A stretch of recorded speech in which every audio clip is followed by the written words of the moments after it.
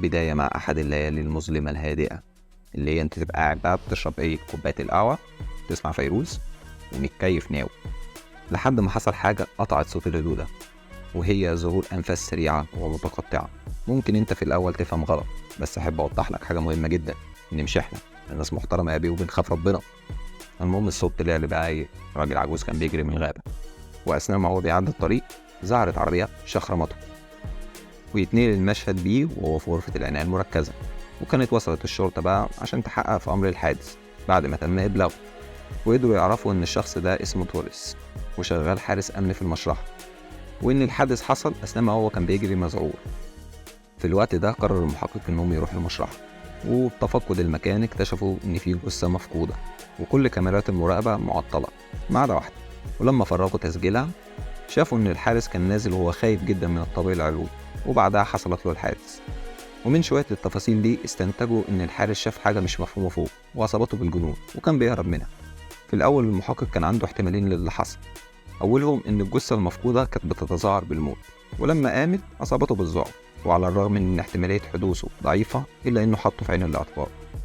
الاحتمال التاني إن في مجموعة من الأشخاص بتسرق الجثث، ولكنه رجع سأل نفسه ليه هيسرقوا جثة واحدة بس، وبعدها اطلع على بيانات الجثة وعرف إن اسمها ميكا، وسبب الوفاة هو أزمة قلبية حادة، وجوزها اسمه أليكس وبقى المدير لمجموعة شركات الأدوية بتاعتها بعد جوازه، بالإضافة لأنه أستاذ جامعي. المحقق هنا حس بقى إن في تفصيلة ناقصة، وإن أليكس ممكن يكون متورط في موتها واختفاء الجثة. في بعد آخر بقى كان أليكس وصل لبيت حبيبته السرية كارلا وبيحتفل معاه، وكانت البت جميلة أوزي كده، وبدأت ترحب بيه وهي بتصب ليه كاس من الخمر، وعرفها إنهم بعد كده مش مجبرين يقابلوا بعض في السر، وإن سبب المشكلة خلاص انتهى وأيامهم الجميلة بدأت أخيرا. لكن الأيام الجميلة دي استمرت لكام ساعة بس، لأن الشرطة اتصلت عليه وعرفوه باختفاء الجثة وطلبوا مساعدته، وهو عشان يبعد الشكوك عنه كان لازم يروح المشرحة ويساعدهم في التحقيق.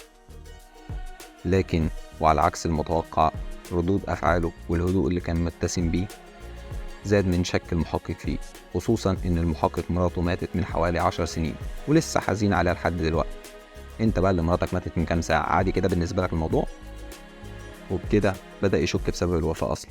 سيبك بقى من الجثة، تولع مكامية موجودة، احنا بقى نشوف الراجل ده قتل مراته ولا لأ. وعشان كده استعان بدكتور كان على معرفة سابقة بيها، وعرفته إن التقرير المبدئي هو أزمة قلبية، ونظرا لأن الجثة مفقودة فمش هنعرف نتأكد إن كانت طبيعية ولا نتيجة لجرعة عقار. بعد ما سمع منها بدأ يواجه أليكس بالتفاصيل دي، وسأله مش ممكن تكون انت سرقت الجثة خوفا من تشريحها وإننا نعرف سبب الوفاة الحقيقي؟ أليكس طبعا أنكر وعمل فيها بقى الزوج المثالي العطوف على مراته.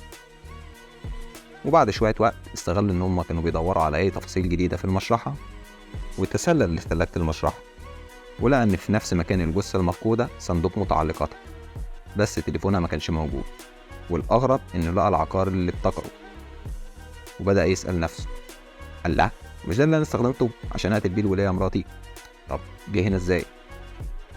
ما قعدش كتير يفكر، لأن الشرطة دخلوا عليه الغرفة وهو خباه في جيبه على طول كده لحد ما يشوف هيتصرف إزاي. وأثناء تفقد رجال الشرطة لمتعلقاتها اكتشفوا إن التليفون مفقود، فاضطروا يفتشوه وطلعوا بزجاجة العقار. أليكس حاول يوضح إنه عادي يعني إن يكون معاه بحكم إنه هو كيميائي، وغير كده هي مش بتاعته وإنها كانت موجودة هنا أصلا. المحقق تخطى الموضوع لحد ما يعرف إيه محتوى الإزازة. طلب أليكس منهم إن هو يدخل الحمام، واتصل على حبيبته كارلا وعرفها كل اللي حصل معاه هنا، وإنهم محتجزينه، وقال لها كمان على العقار واللي المفروض إن محدش غيرهم يعرف بيه. طب هو وصل هنا كده إزاي بقى؟ وبعد ما قفل معاها كان في واحد من الشبابيك اتفتح واتساب عليه ظرف، وكان في كارت دعوة. كارت الدعوة ده بقى وراه قصة كبيرة، اصبر احكيها لك اصبر. هو ان في مرة كان في شخصية محترمة كده عاملة حفلة كبيرة، وبعتت كروت دعوة لكل الشخصيات المرموقة في المجتمع، ومن ضمنهم الزوجين دول. الا ان البي كان مقضيها بقى مع كارل وما ردش على اتصالات ميكا، وبالتالي ما راحش الحفلة. ولان المرحومة كانت بتتمتع بالذكاء شكت فيه، خصوصا بعد ما قال ليها شوية مبررات عبيطة كده. رجع من ذكرياته وهو بيسأل نفسه ده وصل هنا ازاي؟ اكيد ده شغل بقى جن وعفاريت يعمل حاجة. بعدها مباشرة اصطحبوا المحقق في جولة داخل المشرحة، وقال له تعرف إنهم لقوا آثار أقدام في فناء المشرحة؟ وسأله بخبث كده أنت ماس رجلك كام يا ولا؟ قال له 42. هنا بقى هو اتأكد إن هي أثر أقدامه، وعرفوا إن الشرطة اكتشفت تغيير باسورد غرفة الحراسة لباسورد أليكس كان دايما بيستخدمه في كل حاجة، ورقمه هو تاريخ أول يوم قابل فيه كارلا. في الوقت ده دماغه بدأت تبعت ليه رسائل تنبيه كده: زجاجة العقار، كارت الدعوة، الباسورد. كل التفاصيل دي وصلت هنا ازاي؟ وخصوصا ان محدش يعرف الباسورد ده غير انا والمرحومة. وبدأ يفتكر انه في مرة كان في المكتب بتاعه فجأة ظهرت مايك، وكانت موجودة من بدري، وسألته بشكل كده: الرقم ده بيدل على ايه؟ خصوصا ان انت بتعتز جدا بالتواريخ الكويسة منها والسيئة. هو ساعتها اتهرب من الإجابة، وهنا دماغه بقى نورت أحمر. يبقى الست دي كده لسه عايشة يا عم الحاج، وزيفت متعة عشان تنتقم مني وتظهر للشرطة إن أنا القاتل وخاطف الجثة. بعد شوية وقت طلب المحقق منه إنه ما يتدردش شوية. قال له: تعالى بس أنا هفهمك غلطك، مش هضربك، تعالى. وعرفوا إنهم اكتشفوا إن مراته كانت متعاقدة مع راجل مباحث، حاجة عاملة زي المخبر عندنا كده، من كام شهر عشان يراقب. وكمان عملت شوية تعديلات في بنود عقد الزواج بتاعهم، وبكده هو لو انفصل عنها مش هياخد ولا جنيه. وإن المخبر ده كان معاه أدلة كتير بتدينه على علاقته بالفتاة الجامعية اللي هي كارلا اللي احنا كنا اتكلمنا عنها في الأول. أسراره وألاعيب كلها بقت مكشوفة عند مراته من بدري، وإنك لما بدأت تحس إنها كشفتك وهتحرمك من كل حاجة، دخل عندك الدوافع الكافية إنك تقتلها. غير كده بقى يا معلم، احنا انتهينا من فحص العقار، واتضح إنه بيسبب أزمة قلبية بعد تناوله 8 ساعات من غير ما يسيب وراه أي أثر. بعد ما خلص سأله المحقق: عندك أي حاجة عايز تقولها تاني يا ابني؟ قال له: لا، أنا قلت كل اللي عندي، والله على ما أقول شيء. على الرغم من إن كل كلام المحقق شبه صحيح، إلا إن أليكس كان بيتكلم بثقة، وده لأنه متأكد إن الست دي لسه عايشة، وبالتالي مفيش قضية من الأساس. بس المشكلة إنها لو عاوزة تنتقم يبقى أكيد مش هتنتقم مني لوحدي، كارلا كمان ممكن تكون هدف ليها. وعلى طول استغل أول فرصة أتيحت ليه واتصل عليها، وعرفها إنهم في لعبة كبيرة قوي من تخطيط مايك، وإنت كمان في خطر ولازم تشوفي مكان تستخبي فيه. هي بدورها بقى قالت له: طب أقول لك على التقيلة، في حد جه ساب لي كارت ميموري وعليه كل الصور بتاعتها، واقول لك على الاتقل منها، كان في تسجيل صوتي في اعتراف مفصل ليك بقتلها. الله، طيب احنا كده كده بقى وقعنا في الفخ، اهم حاجه انت بس تحاول تهربي دلوقتي. وفعلا خرجت من البيت بتجري، ولكن فجاه ظهرت عربيه بتتحرك عليها، وهو مسمعش اي حاجه خالص غير صوت ارتطام التليفون بالارض، وبعدها المكالمه اتقفلت. هي لسه عايشه ولا ماتت ولا ايه دنيتها؟ ما نعرفش. وأخيرا بعد العذاب اللي مر بيه طول الليلة اللعينة دي، قرر يعترف بذنوبه وإن ممكن المحقق يساعده، وبدأ يحكي ويعترف إن حياته الزوجية كانت خربانة بقى على الآخر، وده أثر على شغله وتركيزه. لكن كل ده انتهى في اليوم اللي شاف فيه كارلا، وكانت جميلة، وغير كده بقى هي صغيرة في السن، وده طمعه أكتر. ولأنها كانت واحدة من طلابه، حاول يركز على تكثيف المحاضرات الخاصة اللي بيديها لها، وهي فرصة يقرب منها. ولكن اللي ما كانش متوقع بالنسبة له إن هي تبادله نفس الشعور، والعلاقة ما بينهم اتطورت بسرعة جدا، لحد ما وصل اليوم اللي اتحطمت فيه كل القيود والحواجز اللي ما بينهم. وهو عشان محترم بزيادة عرف إنه متجوز، خصوصا إن البت سابت صاحبها عشانه، وإنه لو انفصل عن مراته هيخسر كل حاجة. بس ده بقى ما عجبش كارل. إزاي يعني أنا أبقى رقم 2 في حياتك؟ إيه العبث ده؟ أنت هتهزر معاه؟ وبسبب تأزم الأوضاع ما بينهم ما كانش قدامه غير حل واحد، وهو إن إحنا نحاول نرضي جميع الأطراف ونقتل الولية دي ونحتفظ بفلوسها، وفي نفس الوقت كارلا تبقى معانا. بعد ما خلص اعترافاته كان المحقق مستغرب من حاجة، وهي إزاي أنت بتقول هي شربت السم وفي نفس الوقت بتقول إن هي لسه عايشة؟ ولا أنت ابتكرت عقار خربان ولا إيه يخرب بيت أمك؟ رد عليه هو بيوضح له إنه ما شافهاش وهي بتشرب من الكاس تحديدا، غير كده هي ممكن تكون بدلته بكاس تاني أصلا. وبالرغم من اعترافاته إلا إن المحقق لسه مش مصدق إن هي عايشة، وإن كل التفاصيل دي من وحي خيال. في نفس الوقت كان فاق بقى عم الحاج اللي اتخبط في أول الفيلم ده، وعرف الشرطة إن في شخص ملثم اقتحم المشرحة وكان معاه مسدس، وبدأ يطلق النار عليه، وده تسبب في خوفه وهروبه يوم الحادث. وكانت مجموعة تانية من الشرطة راحت على بيت أليكس ولقوا مسدس هناك، وإن مواصفات العيار الناري المستخدم هي اللي كانت موجودة في المشرحة. وكمان كان في خريطة تفصيلية للمشرحة. بالإضافة لكل ده لقوا بقى جاروف وجزمتين مقاس 42 في شنطة العربية بتاعته. قال له المحقق: بكل الأدلة دي حل اللغز بقى واضح، انت الحرامي اللي سرق الجثة. لا لسه عندك حاجة تاني تقولها؟